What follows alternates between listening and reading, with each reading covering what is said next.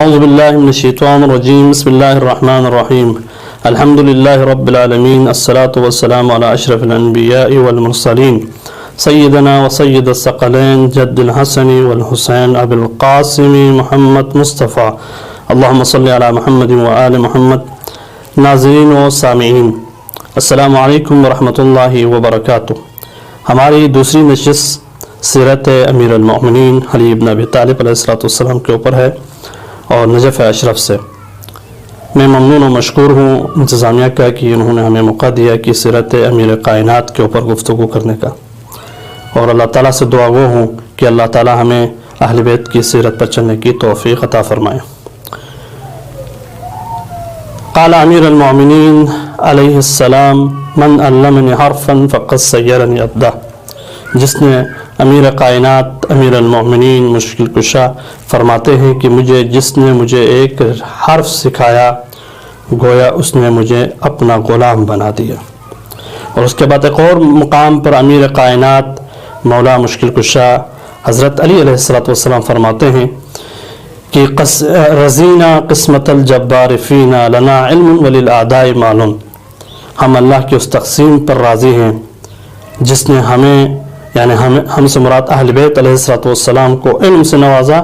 اور اہل بیت کے دشمنوں کو مال دنیا سے نوازا. علی مشکل کشا کی سیرت طیبہ، آپ علیہ السلام کی سیرت طیبہ پر ہم جب نظر کرتے ہیں تو آپ 13 رجب 30 عام الفیل کو مکہ معظمہ خانہ کعبہ میں آپ تشریف لائے. آپ کی سیرت طیبہ اور آپ کی زندگی کے عظیم پہلوؤں میں سے، عظیم کارناموں میں سے کارنامہ یہ ہے کہ آپ جب دنیا میں تشریف لائے تو ایک ایسے گوش میں، ایک ایسے جگہ میں آئے، ایک ایسے مقدس سرزمین پر آئے جس میں کائنات کے محبوب ترین نبی صلی اللہ علیہ وآلہ وسلم آپ کے منتظر تھے. اس لیے کہ آپ ان کے وسیع، آپ ان کے خلیفہ بلا فصل ہونے کے علائم تو بعد میں ظاہر ہوئے، لیکن آپ کے استقبال رسول گرامی قدر نے کیا. روایات میں تاریخ دانوں نے یہ لکھا کہ اہل تسنن نے یہ لکھا کہ 3 دن تک فاطمہ بنت اسد اس خانہ کعبے سے باہر نہیں آئی. تو جب لوگوں کا ہجوم حضرت ابو طالب کے ساتھ جب خانہ کعبے کے قریب آئے اور آنے کے بعد جب ایک مرتبہ رسول گرامی قدر بھی جب قریب آئے تو جب فاطمہ بنت اسد اسی جگہ سے، جس جگہ سے اندر تشریف لے گئی تھی، اسی جگہ سے جب آئی تو شق کعبہ آج بھی علائم اس کی موجود ہے. جب باہر لے کے بچے کو لے کر آئی تو سب سے پہلے رسول کی طرف مخاطب ہو کے کہا: اس بچے نے 3 دن تک آنکھ نہیں کھولی ہے، 3 دن تک اپنی زبان سے کچھ جنبش نہیں دی ہے. لیکن رسول کائنات اس مولود کو، جو 13 رجب کو آنے والا مولود، 13 رجب کو دنیا میں روشنی کی طرح چمکتا ہوا اس ستارے کو اپنے ہاتھوں میں لیتے ہیں. سب سے پہلے جو ہاتھ دنیا کے لیے، دنیا والوں کے احترام کے لیے، عزت کے لیے، وقار کے لیے جو علی کی طرف بڑھے ہیں وہ رسول گرامی قدر کے ہاتھ تھے. جب ہاتھ بڑھے تو فاطمہ بنت اسد نے اس بچے کو حوالہ کیا. جب بچے کو قریب لانے کے بعد جب دیدار رسول کے لیے مولا کائنات نے اپنی آنکھوں کو کھولا، یعنی یوں مورخین نے لکھا ہے کہ سب سے پہلے جس چیز کو رسول کی گود میں دیکھا وہ چہرے انوار رسول تھا. اور اس نورانی چہرے کو دیکھنے کے بعد جب جیسے ہی چہرے کو دیکھا تو اس کے بعد دوسرا مرحلہ یہ آتا ہے کہ جب 3 دن تک اس نے کوئی کلام نہیں کیا، اس بچے کی رونے کی صدا بلند نہیں ہوئی، تو یوں لگتا ہے کہ اس صدا کے لیے بھی ایک علاج کی ضرورت ہے، اس صدا کے لیے بھی ایک ایسے طبیب کی ضرورت ہے. وہ طبیب تھا رسول اقدس کی ذات مقدس. جب رسول گرامی قدر اس بچے کو لیتا ہے اور لینے کے بعد اپنی زبان کو چساتا ہے، یوں لگتا ہے کہ دنیا کے اندر جو پہلا غذا اور عظیم ترین غذا نصیب ہوا ہے مولا کائنات کو وہ لاب دہن رسول نصیب ہوا ہے.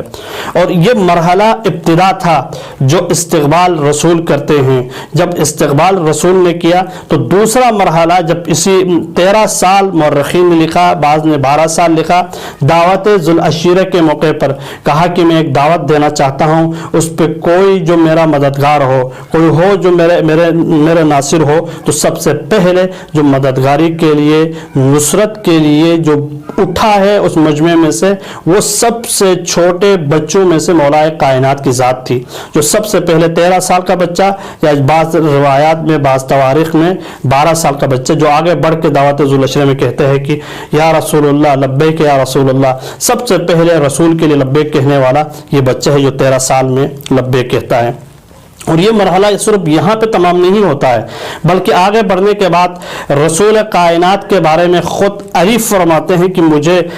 اللہ کے رسول نے ایسا علم دیا، ایسا مجھے دنیا میں میری پرورش کی، جس طرح ایک پرندے کو، جس طرح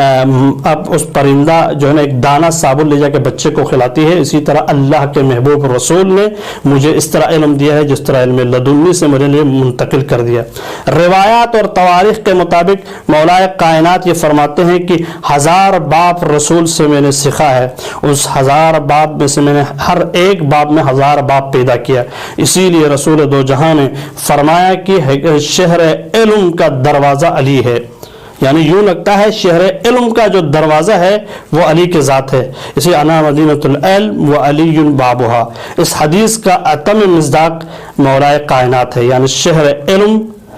خود رسول ہے اور اس کا دروازہ علی ہے۔ کیوں؟ جب بھی فرشتہ وحی لے کر آتا ہے تو اسی دروازے سے آتا ہے، جب بھی چلے جاتا ہے تو اسی دروازے سے آتا ہے، یوں لگتا ہے کہ وحی کے اس فرشتے کا نزول، اس فرشتے کا دیدار علی سے 2 مرتبہ ہوتا ہے، اس لیے کہ رسول اپنی زندگی میں تربیت کے وہ پہلو علی کے لیے فراہم کرتے ہیں کہ دنیا میں کسی کو ایسا وسیع نصیب نہیں ہوا جو وسیع علی یا جو وسیع رسول کو نصیب ہوا۔ پہلے یعنی ابتدا سے لے کے اس کی پرورش کرتے رہیں، صرف پرورش کے یہی مراحل تمام نہیں ہوتے۔ آپ سیرت امیر کائنات کو جب پڑھیں گے تو مختلف جگہوں پہ علی کائنات کا ایک عظیم انسان جس کے لیے مختلف ابواب آپ کو کھلتے ہوئے نظر آئیں گے، یوں کہ علی کی زندگی آپ کے لیے اور ہمارے لیے ایسی بلند اور بالا نظر آئے گی کہ ایسی پرورش کرنے والے عظیم ہستی جس کا مربی، جس کا استاد پیغمبر جیسی ذات ہو، اور پیغمبر صرف پیغمبر نے یہی اس پر اکتفا نہیں کیا۔ آپ کو چند پہلو میں بیان کروں کہ کس کس جگہ میں علی نے نصرت رسول کیا ہے۔ جب ہجرت کا موقع آیا تو وہاں پہ ہجرت کے اس بسترے میں سونے کے لیے کوئی تیار نہیں تھے، علی تیار ہوئے اور امانت رسول کی لٹایا۔ اور دوسرا مرحلہ یعنی غار سور میں رسول کے ساتھ ابوبکر تھے، وہاں پانی اور غذا کے لیے کوئی گیا نہیں، وہاں کے لیے پانی اور غذا کا اہتمام کرنے والے علی کی ذات تھی۔ اور تیسرا مرحلہ صرف اس پر اکتفا نہیں ہوا، تیسرا مرحلہ یہ ہے کہ جنگ بدر میں جو 70 لوگ مارے گئے یعنی اللہ کے محبوب اصحاب کے ذریعے سے، ان میں سے 35 لوگ وہ تھے جو رسول کے شجاع اور رسول کے وسیع اور رسول کے جانشین نے 35 لوگوں کو اصل جہنم کیا۔ اور بدر کے بعد جو دوسری جنگ جو ہوئی بدر کے بعد احد میں بہت سارے اصحاب رسول کو تن و تنہا چھوڑ کے چلے گئے، لیکن علی نے حفاظت کے لیے اپنے آپ کو آمادہ و تیار کیا، کہا میں ایمان کے بعد کفر کی طرف نہیں جا سکتا ہوں۔